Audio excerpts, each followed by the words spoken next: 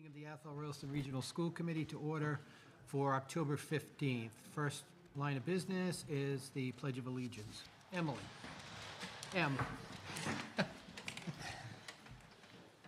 pledge allegiance to the flag of the United States of America and to the republic for which it stands, one nation, under God, indivisible, with liberty and justice for all.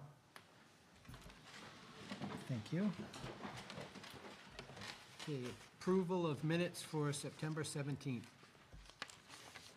Is there a motion? Thank you. Is there a second? Frank?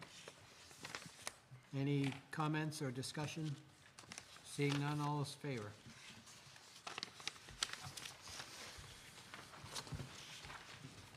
Thank you. That was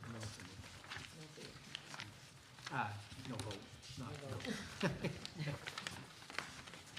All right. Public input, Eric, was it okay? Student representative, I don't see this evening. All right.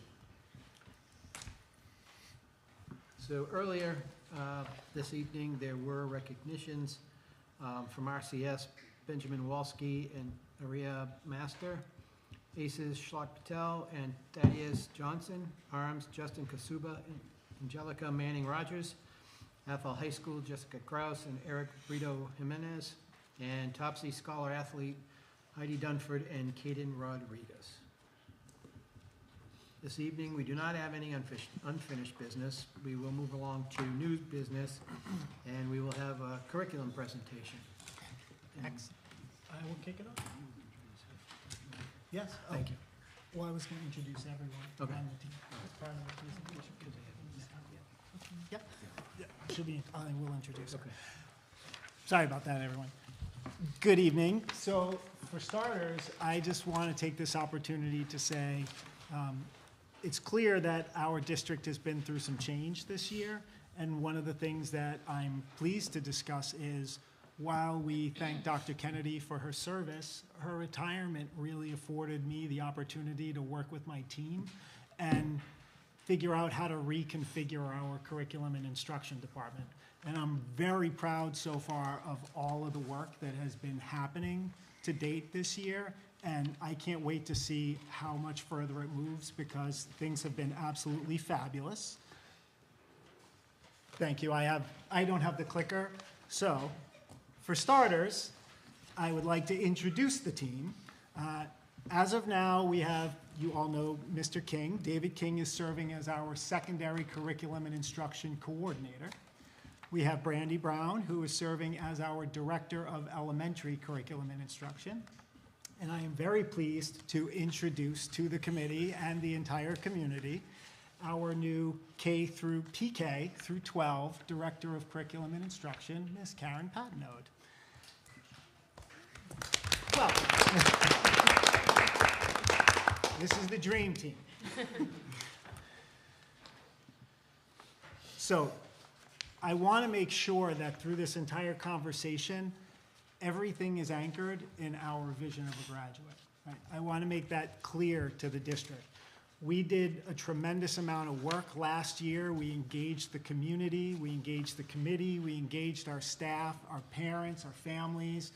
It was a tremendous undertaking, and we got all of their feedback, and we incorporated it into our vision of a graduate. That being said, I also want to be clear, people hear vision of a graduate and they think that it's something that only has to do with the high school. It's not just about the high school. Our vision of a graduate drives everything that we're doing in each one of our schools.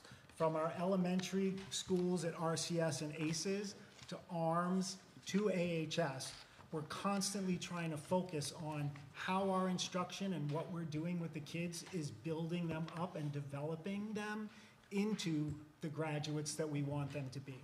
We want them to possess these certain skill sets, and it doesn't just happen in the senior year, right? We're developing our students all the way from PK through 12, and that's why now we're trying to make sure that we're taking a very comprehensive look at the curriculum instruction and the alignment and how all of it is in service of our vision of a graduate. Speaking of our vision of a graduate, this is where our visual left off. We still are not finished. We're going to be doing some artwork with it. However, you can see clearly these are some of the skill sets that we want to make sure that every single student crosses that graduation stage. We want them to be critical thinkers, active citizens, skilled communicators, and empowered individuals. I know that you can't read all of the bit of a blurb below it, but you have it in your packet, and also it will be discussed a little further.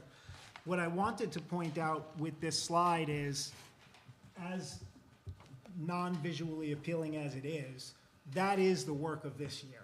The next steps in our vision of a graduate work are to continue to focus at the individual schools to identify how we're making sure we're reaching these goals, but also we need to bring this vision of a graduate to our PR subcommittee for the school committee, and that PR subcommittee is going to work with me, and we're going to make sure that we're pushing this out all throughout the district, all throughout the community, and it needs to be alive and breathing in every building, in every classroom, in everything that we do.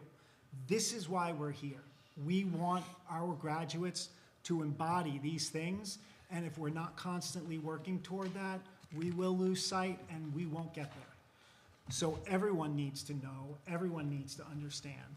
And another piece of that work is I will be engaging the school committee as well in this year, probably with the help of Focus Schools, who assisted in us putting together some of the groups that collaborated on this vision of a graduate.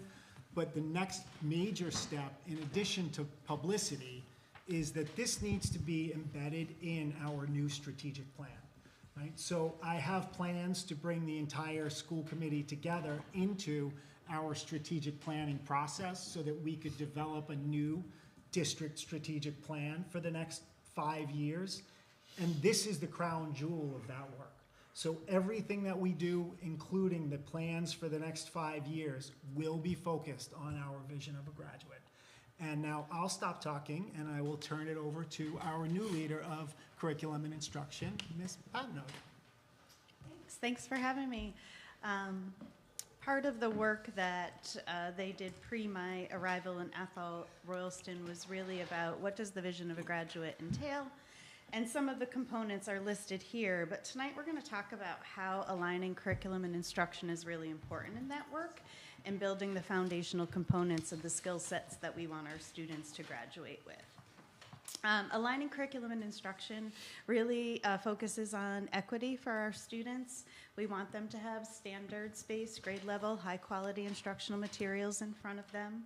We want them vertically aligned to build their skill sets as they grow through our school system. And we want them horizontally aligned as well, so that across schools or across sections for high school, if you have 3 Algebra 1 teachers, we want to make sure that they're exposed to the same content in all of those classrooms. This is my 26th year in education, though, and this is a slide from Focus Schools of the work that they did with Athol-Royalston previously. And on the left, you'll see oftentimes there's initiative overload in school systems. Efforts aren't streamlined, moving in the same direction. So what we're really working towards this year as a team and as a district is moving to the right visual, where we are focused on streamlining everything we do with the focus on that graduate, on that student. And so from pre-K to 12, what can we do so that they are all moving in the same direction, building that solid foundation? I'm going to turn it over to Ms. Brown, who's going to talk about ACEs and RCS. All right, so we are going to talk about what our curriculums look like at ACEs and RCS because we want that alignment and we want to make sure that our kids in both schools are getting exactly what they need and similar instruction. We use the same programs in both. We talk a lot about having high quality instructional materials, which comes really from the state. That's what they want to see us using. This year, we have adopted Bridges in Mathematics. We piloted this program last year in both ACEs and RCS with a few classrooms. In the pilot, we really wanted our teachers to get a feel for it. We wanted to hear what our kids thought of it. I'm happy to say that the teachers loved it, and our kids love it. We have kids that are cheering when math time is coming, which is not the norm in most math classes. And it's because it's really giving them that hands-on math experience. They feel successful. They're able to talk to their peers about what they're doing and how they're learning. One of my favorite things about Bridges is that it doesn't, if students are struggling to learn, it doesn't lower the bar for them. It keeps that bar high to reach those standards, but it provides those supports or those bridges that they need to be able to reach that same standard as everybody else. It's very intentional in the way that the lessons progress. It does have a component called Number Corner that the kids love. And through that Number Corner, you get the spiraling of math concepts, which you don't typically get in most math programs. Usually you learn the topic and then you're done, and hopefully you got it. This continues to spiral throughout the year, so if they don't get it right away, they do get it by the end. The other program that we have for our literacy is Savis MyView. We have had this for a couple years now. This really gives us access to grade level speaking, reading, writing, and listening. Again, it's that high quality instructional material, so we're making sure that all of our kids are getting the same experience. The stories that are in it are very diverse. There are different perspectives, different backgrounds, so our kids can see themselves in their learning, which leads to more engagement and a feeling of, I belong in my classroom. And then I'm super excited to say that this year we have adopted UFly, which is the University of Florida Literacy Institution. So what that is an explicit phonics program. What we did notice with MyView Savis is our kids were still struggling to read, as they are nationally right now. And so as we look at our data, and we're gonna see our data in a little bit, we continue to see the same patterns of these kids are struggling to read. And so what are we doing for them that's different than what we've been doing in the past? So we brought in UFly, which is very explicit.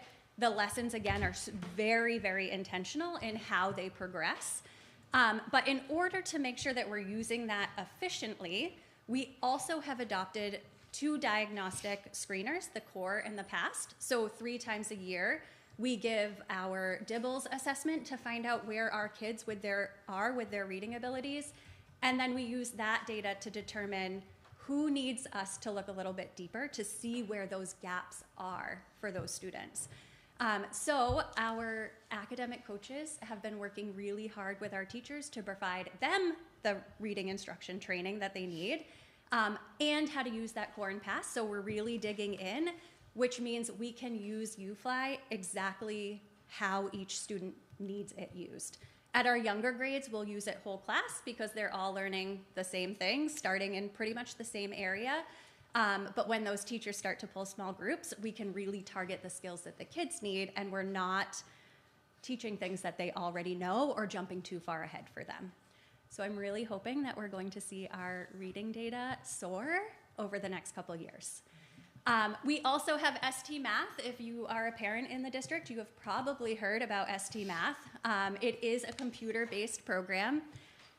ST Math levels the playing field for everyone.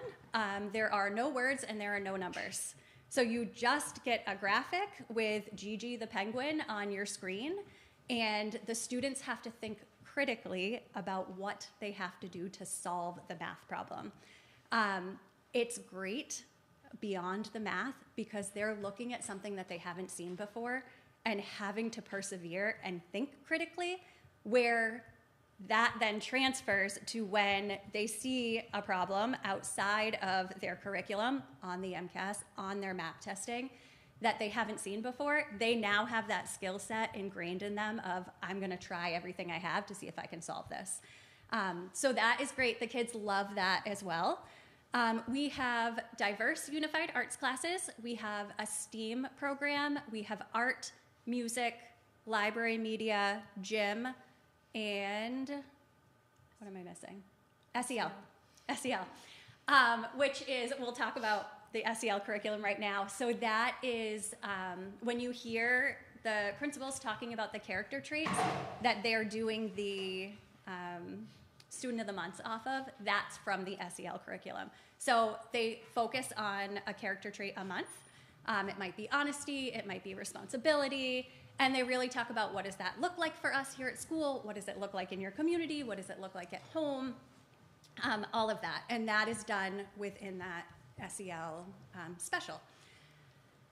Two things that we have up and running this year, again, to ensure that we are giving kids what they need, are in our instructional leadership teams, which we have had. We're just being a little more intentional with digging into our district plans, like our district instructional prioritization plan, and really looking at all of the data and what our kids and our school needs. And then we also have data meetings where we're triangulating our data, we're looking at what we have, making decisions on what do we need to do next, what is our action plan, and consistently coming back to that action plan to decide, is it working? If not, let's come up with a new action plan and make changes from there. All right, so you have this in your packet. It's hard to see. This is our NWEA map data. So NWEA is the Northwest Evaluation Association. It is a nonprofit that does assessments for K to 12, and it's done nationwide. What we're looking at is the MAP, which is the measures of academic progress.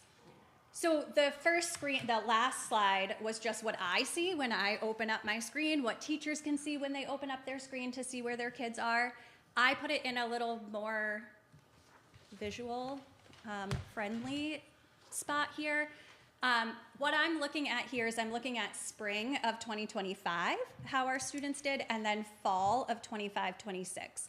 So if I'm looking at grade 1 in spring of 2024 to 25, I'm now looking at grade 2, because they're second graders this year, in fall of 25 to 26. As I look through this data, I definitely see a little bit of a dip in our green and our blue. More students have moved to yellow. Some of this is to be expected.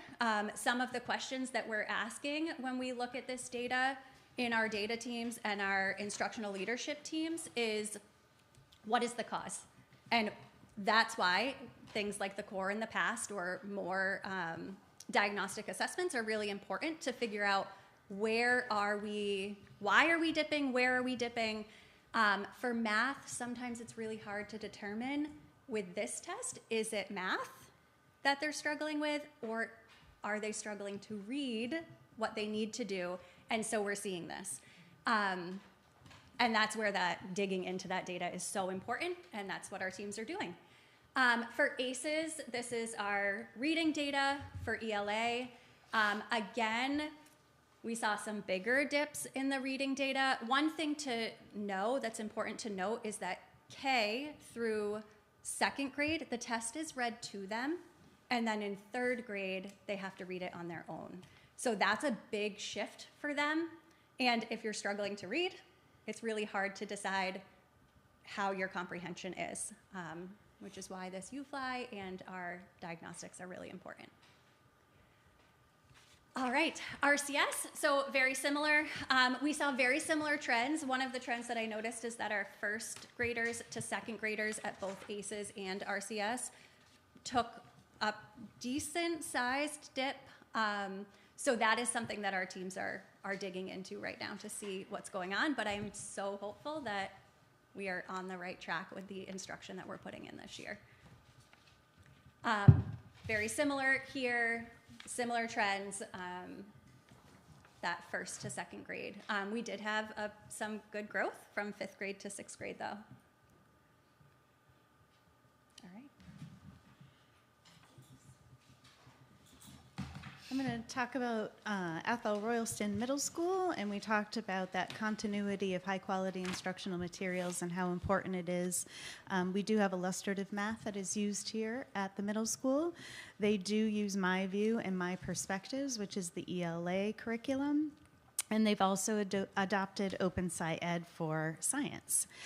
They've continued with the ST Math intervention program here, trying to expand the unified arts classes. Dave's going to talk a little bit later about it, but we are trying to get more college and career readiness at our middle school to get kids more excited about thinking about their futures at an earlier age and exploring those opportunities. They continue with Character Strong here in 5th and 6th grade for an SEL program, and they've adopted Wayfinder as the SEL program for 7th and 8th grade. In continuing with looking at the data for the middle school, you will see that it is very hard to read here as well, but let me just find my slide in all of this. For 6th grade, in the spring as 5th graders, they were in the 24th percentile, and as 6th graders this fall, they've moved up to the 38th percentile. Those percentiles with MAP data are really student performance compared to national groups of students in the same grade in the same subject. So that's kind of what you're comparing those two as a data point. For our 7th graders, you see a slight decrease, and we always try to put data into context. In our 7th graders, if we think back, were really those 1st graders that got sent home for COVID and then missed most of their 2nd grade, where those foundational skills were really built, and really trying to fill those skill gaps as they progress through school has been widening and more difficult. The 7th grade team here at ARMS, though, is really focused on working together collaboratively to try to assist as many kids as possible in filling those gaps in math and in ELA. And then our 8th grade pretty remains steady. They were 48th percentile in the spring, and they're 49th here. And a reminder, when they took the fall test, they had about 3 weeks of instruction after the summer slide, as everyone calls it, from being on school break.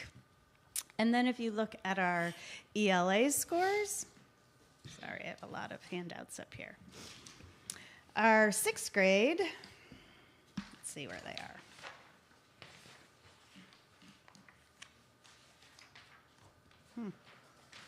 Sorry, hold please.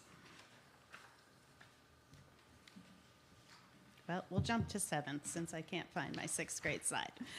Our 7th grade is in the 50th percentile in the spring, 45th percentile this fall in ELA, and our 8th grade improved a little bit. They went from 48 to 51 there as well. So you see some trends of improvement in some grades and a little dips here, but remember, this is only one data point. We use this in conjunction with our benchmark assessments with our high-quality instructional curriculum. We use it in regards to other assessments that teachers give and try to triangulate what students need and address those gaps. Dave, you want to take this? Sure. All right, so I think I just want to stress before I go on to Athol High School that the middle school and the high school, Jason and myself, about April of last year decided we need to do a lot more of alignment.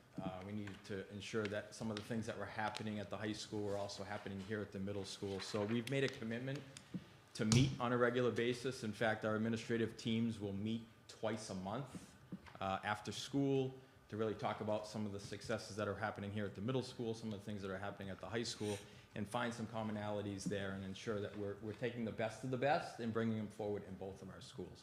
So that is what our focus is, to try to align our schools so that we're doing as well as we can for our school communities and our students. At Athol High School, about 5 years ago, we started trending towards high-quality instructional materials.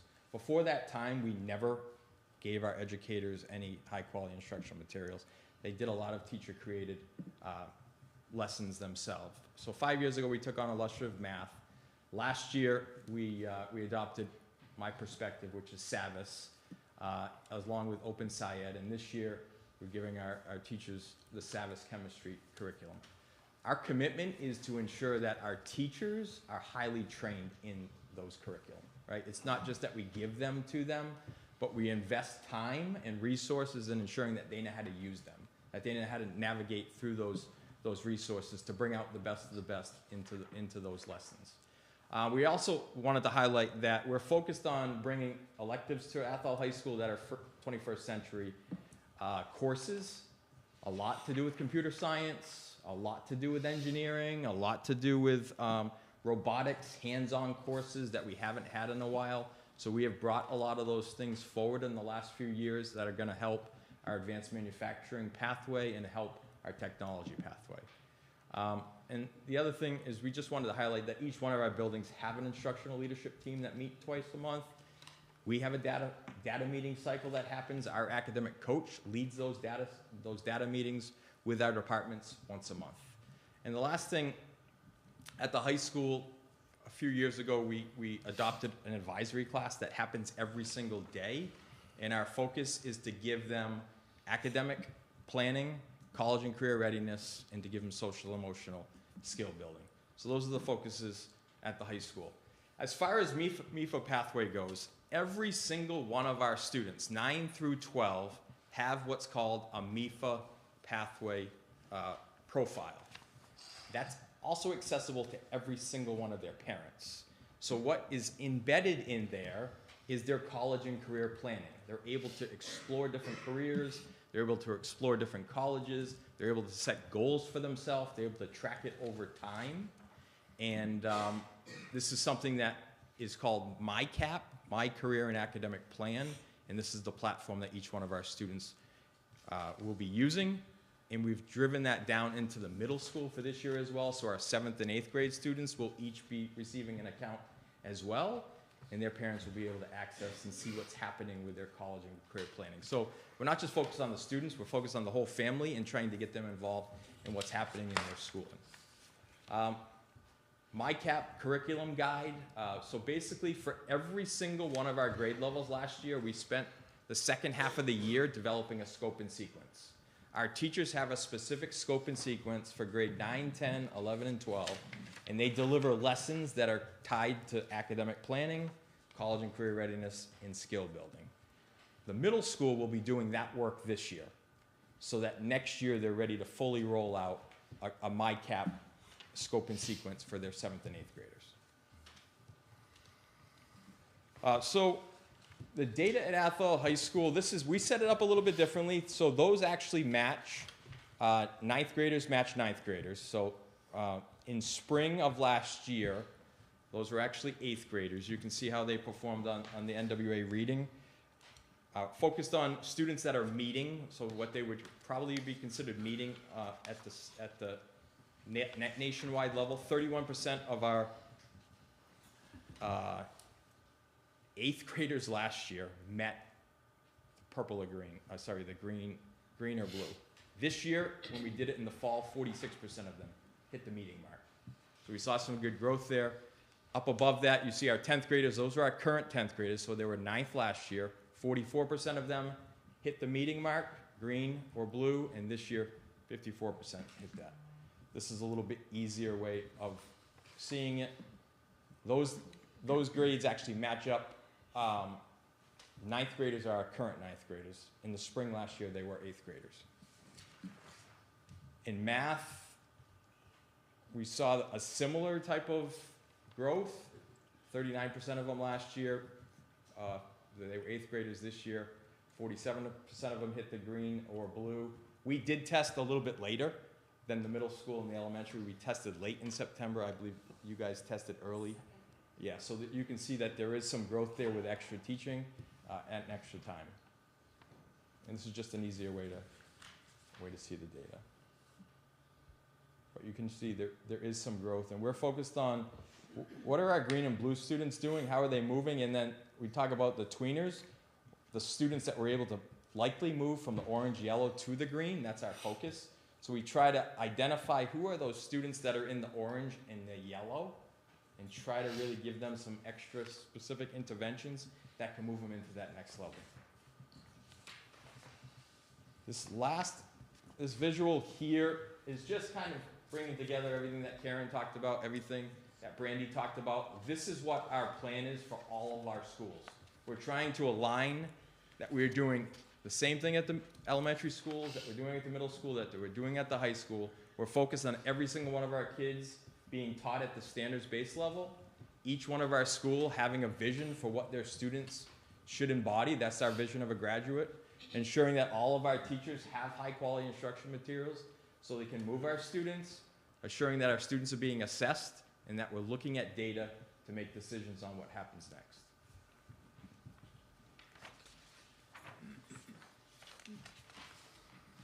Another focus this year that we are doing is trying to support our instructional leaders, our teachers in the classroom. They are the most important influence our students have. We are using a Learning Walk focus tool this year to really target instructional practices that have an effect on student growth and achievement. The district Learning Walk this year focuses on a learning target and success criteria. What are the students learning and why are they learning it? And is it aligned to grade level standards?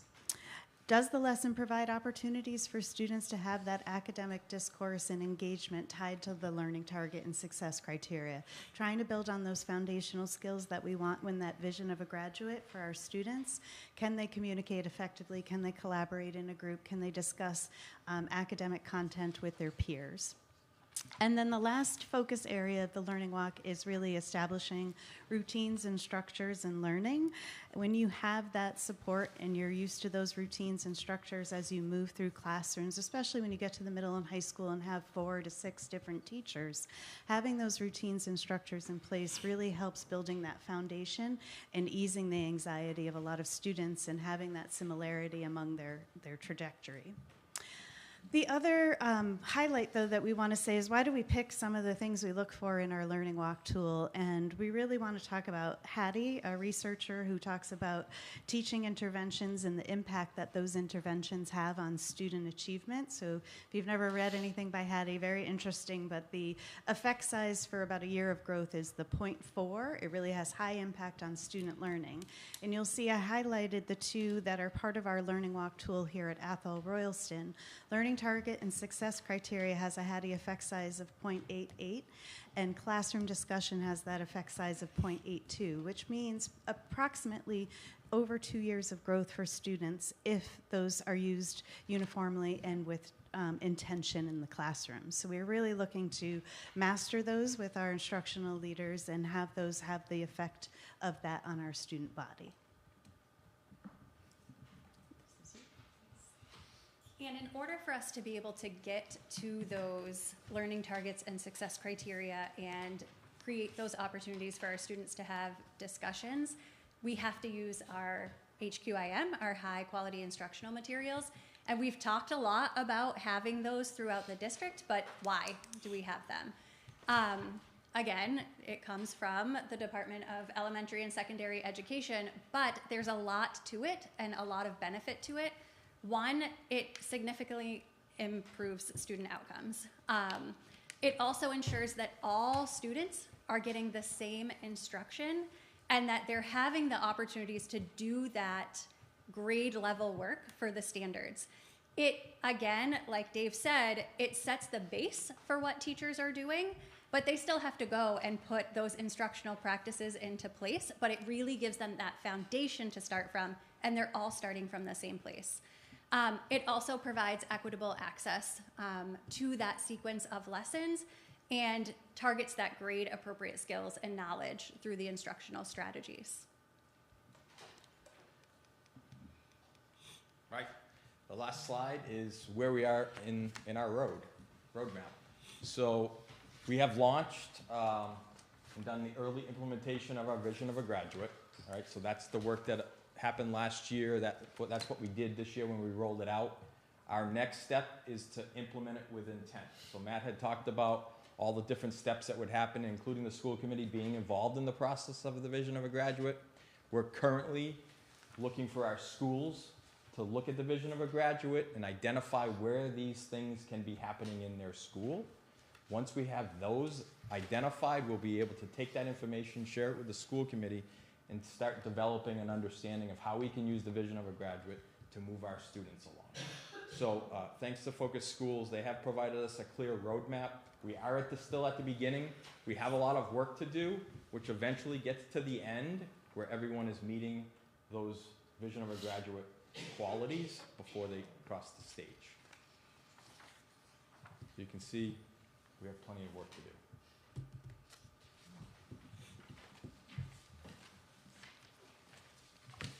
Any questions for the team?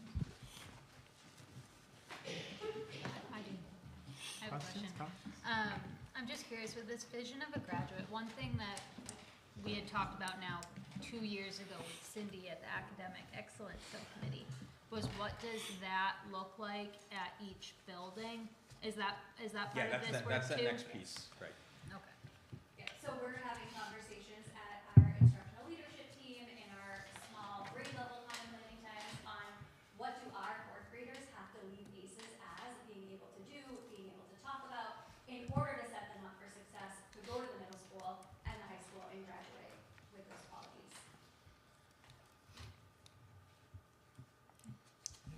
Anyone else? Well, I would like to thank the team. You did a fabulous job, and I will bid you a wonderful rest of the evening. Thank you. Thank you, guys. All right. Before we move along, I just wanted to make an announcement that you've probably seen it on Facebook about the girls' JV volleyball team. They were able to win this evening, and they finished their season at 18-0, which is a school record, I believe. And that team is made up of young ladies from ARMS and Athol High School, and of course, kudos to Coach Anna Duquette, who shares the same last name as a member of this committee. She's done a great job, so I just wanted to, maybe November meeting, we could actually have them here and do a recognition like we do with the other students. Sure. That would be great. Okay. All right, next up, memorandum of agreement for Paw Print Press. You have all of this in your packet. This is an agreement that would institute a new club, Paw Print Press, and would have an advisor with an $800 stipend. Is there a motion? All right. Is there a second? Second. All right. Okay, discussion. Any questions at all? Right. So, we have a little bit of a detail on what it entails. Yep. So this is geared towards being the middle school news, like a school newspaper. And I also did want to interject a little bit also. You will probably, through the course of the year, see some more of these MOAs that are coming for clubs. To be clear, when we went through the contract negotiations this past year, we identified pots of money that we wanted to set aside for extracurricular activities. The committee really wanted to focus on the opportunity to expand those opportunities for the kids and the staff. So what we've done is left a bunch of things open, and as teachers and students are coming forward with ideas and new endeavors that they want to take on, I approve the club creation, and then there has to be an MOA, because in order for any of the teachers to be able to have this part of their salary be pensionable, it has to be added to the contract. So that's why you'll see every now and then these MOAs coming up. It's not, this is an extra new expense, this is something that wasn't planned for. These are student activities that we have planned for, but we weren't sure what they were gonna be just yet. Anyone else? Seeing none, all those in favor?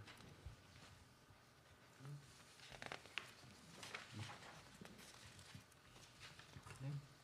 Then the next one is MOA for ARMS again, for Best Buddies Club.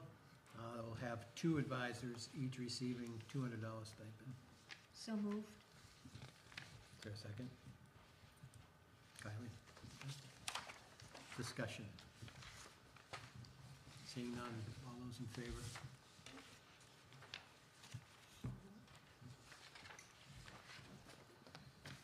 Okay, thank you. And let's see. Finally, the nurse lead, MOA for the nurse lead, which would be to increase the nurse leader stipend to $10,000 due to the increased duties of the position as outlined in the agreed upon updated job description. So moved. Is there a second? Second, Frank? Okay. Discussion. Seeing none, all those in favor? Okay. No.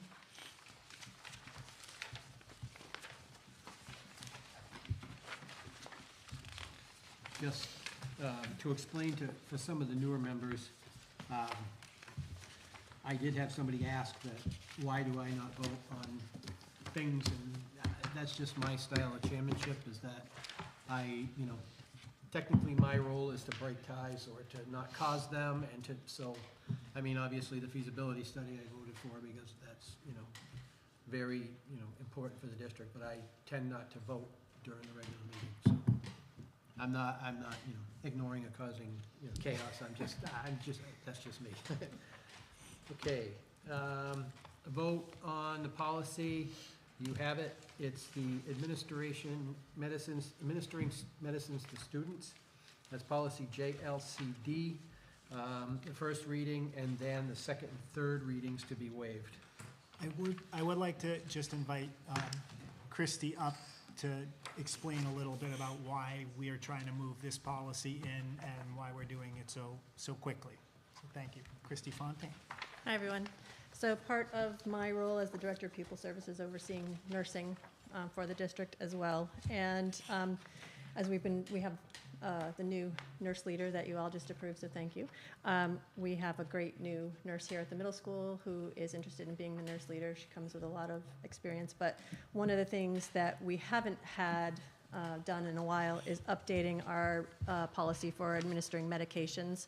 And what that means is that the nurse can register with the Department of Public Health and can delegate medication administration to other members of the faculty who are not nurses, who she or he would oversee and train, that they can provide inhalers for kids or EpiPens or any other medications that they might need, specifically like Narcan or, I mentioned EpiPens already. Recently the regulation, the law was updated, and as you can see, our last reading of this was in 2017, so the law does need to be updated or the policy does need to be updated to match the law, so that's why we're asking to kind of push it through so that we can get our nurses trained in the delegation procedures, and then they can start to begin delegating that again. Is there a motion?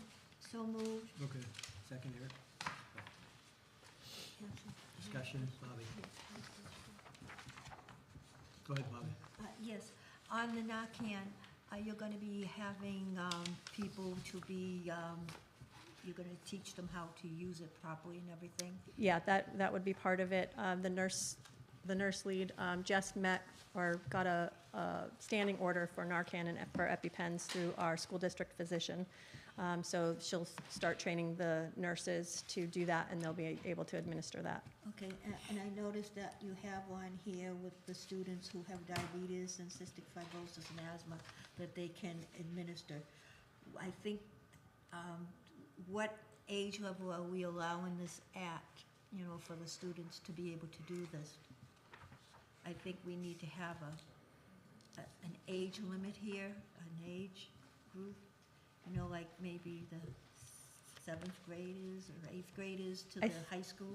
I think that I don't know, Russell, maybe you can help me out here, but I think that's relative to a doctor's prescription and training with parents. I mean, if a child knows how to Correct. do it, that's one thing, but if a child doesn't, Yep, the nurses will be in possession of that medication in the nurse's office, or the medication delegate will also have that, but it would be subject to a physician's order and training of the student by the doctor and their parents. Thank you. Thank Sure. you very much. Anything else? Seeing none, all those in favor? Thank you. Yep. Under communications, you do have an updated district enrollment sheet, and you also have the technology report, MSBA update. Sure. So the latest with the MSBA is we are scheduled to have an enrollment meeting on the 20th of October. I believe then Lee and I are scheduled to attend the Athol Select Board meeting on the 21st of October, and we will discuss the vote that we took at the last meeting. And then TJ and I have been actively preparing the facilities planning section of the application. It has a bunch of tabs. It's all electronic. Probably a good 10 to 15 pages worth of material, but it's all on the computer. He and I have been reviewing it, making sure that we complete the information. TJ's been invaluable in that process. And we will be meeting on, we just discussed at Facility Sub, we will be meeting on Monday, TJ and I, to just do a final review of the maintenance plan, and then we will submit that to MSBA. The deadline for that is October 28th. We're fully in alignment with any deadlines, and we are hoping to be ahead of schedule. After that, it's all about our communication, and then we have the building committee that gets put together, and candidly, there may be a bit of a lull between now and January, because January 26th will actually be the date that we try to engage specifically with MSBA and we sign off on the agreements. So that just pushes out the process a little bit further, and we've been trying to make sure that we take as much time as we can in the process. So any kind of financial impact happens years down the line as opposed to a little bit sooner. Thank you. Financial statements and approval of accounts. Okay. So the first thing I have is a request for approval for some budget reclasses. So the first thing I do at the start of a new school year is review the budget that you approved starting effective July 1st against all the expenses that have come into play, against all the finalized contracts, the finalized staffing, the salaries that have come in, and I make sure that everything is put in the correct categories and in the correct function codes. So these reclasses are to get everything aligned as it should be to get us to start off for the new year. They don't change anything about the budget. The total amount of the budget has remained as to what you approved it at. It's simply putting everything where it belongs for the new year. So I have the approvals. Yep, so what I'll do is I'll read it for the official record, and then at the end, if somebody could make a motion, that would be great. So it's to approve the general fund budget transfer of $20,242 from the 2000 series to the 1000 series. Approve the general fund budget transfer of $37,152 from the 2000 series to the 4000 series. Approve the general fund budget transfer of $65,455 from the 2000 series to the 5000 series. Approve the general fund budget transfer of $237,670 from the 2000 series to the 3000 series. And approve the general fund budget transfer of $225,312 to the from the 9000 series to the 3000 series. Is there a motion? So moved. Second, okay? And just so you know, in your packet, there is an explanation of what those accounts actually are. Is there any discussion on those transfers? Seeing none, all those in favor? Okay. Thank you.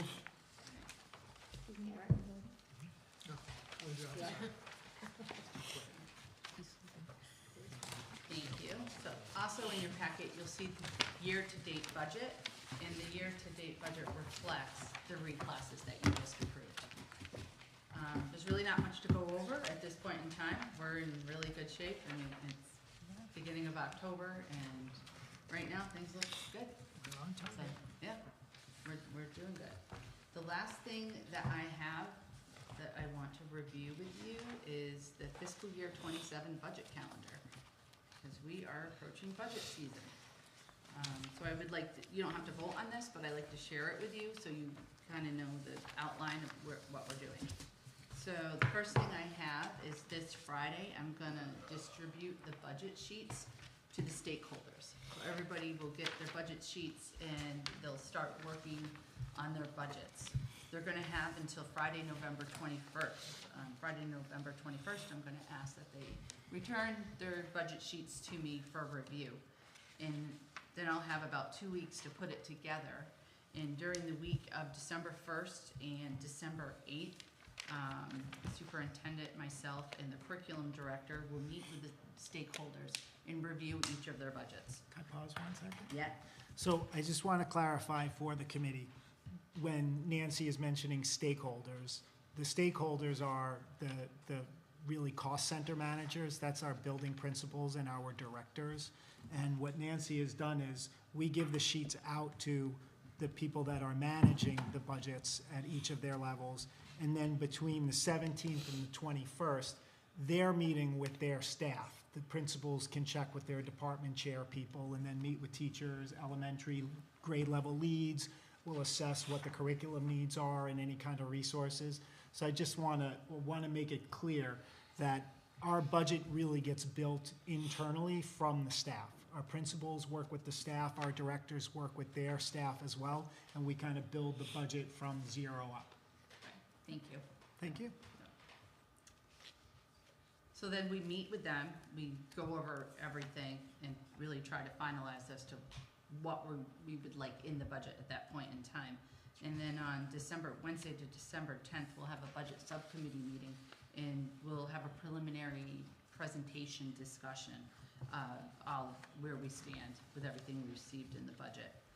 And then on Wednesday, January 21st, for that school committee meeting, we'll do a draft presentation of where we stand with the budget at that point in time.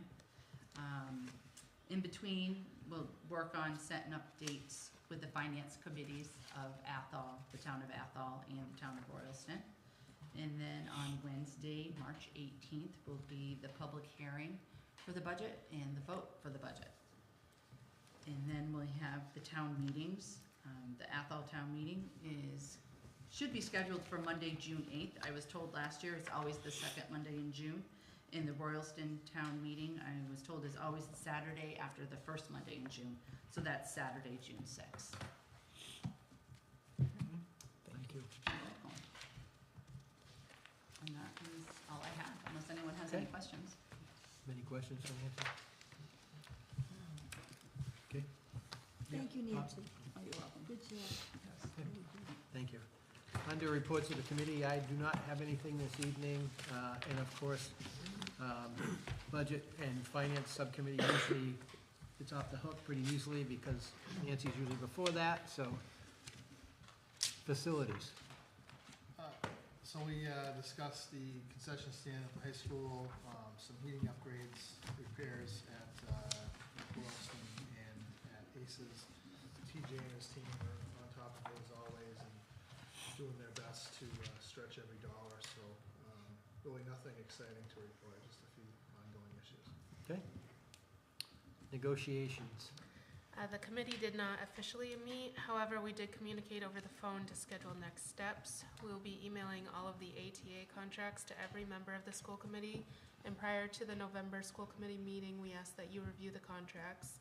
If you need printed copies of them, please contact Jody and she'll arrange to get them to you. And at our November meeting, we will hold an executive session where we'll meet with the superintendent and the district's leadership team to begin initial contract discussions. Academic excellence. Nothing for us yet. Okay. Public relations. I know there's nothing to report there. That's okay. Policy. Policy subcommittee meeting's gonna be on October 29th, and we're gonna be having, let's see here, Tracy's gonna be here, so if anybody wants to come to the meet, please come and join us, we'd love to have you. And that's about it that I can think of at this point. And we're gonna try to get Tracy to come a little bit more often, and we're gonna, we'll talk to her that night, I think, and see what she can do. For the new members, I'm not sure if people are aware, last year we decided as a committee to engage MASC, which is the Association of School Committees, to help us review all of our policies. Instead of trying to get the updates one at a time and look through them and say, okay, which ones do we need to change? We've engaged MASC so that they will house our policies electronically so that when they change, it'll be a significantly easier process. But also, Tracy Novick, who comes from MASC, we go through entire sections of our policy manual and we update our policies so that they're in alignment with the recommended policies or state, any kind of new legislation that comes out. And that's the process that Bobby is speaking to. So on the 29th, Tracy is going to return to our policy subcommittee meetings, and then at that point, we'll be able to book further with her so that she can come more regularly, and we'll start moving this process. Again, it was discussed last year, but this is probably a multi-year process. It may not be done at the end of this year either. So I just don't want people to think Tracy's gonna come 3 times and we're gonna have an entire new policy manual. It is a lot of work still to go through them as the committee and just arrange and figure out what we need to do with each one of them. So it is a process, and we will constantly keep everyone updated. Okay, thank you.